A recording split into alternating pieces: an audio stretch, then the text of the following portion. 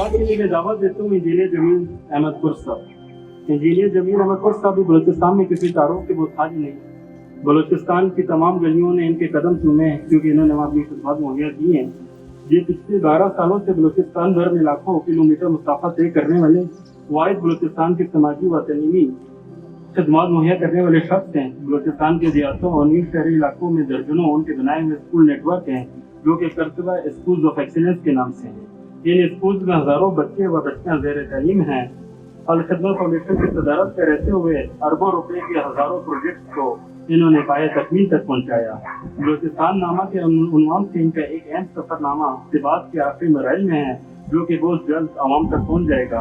इनकी खिदमत को सराहते हुए आज इन्हें निशान बलूचिस्तान अवार्ड से नवाजा जा रहा है। तो मैं इनसे दरख्वास्त करूंगा कि ये आएँ और अपना अवार्ड वसूल करें।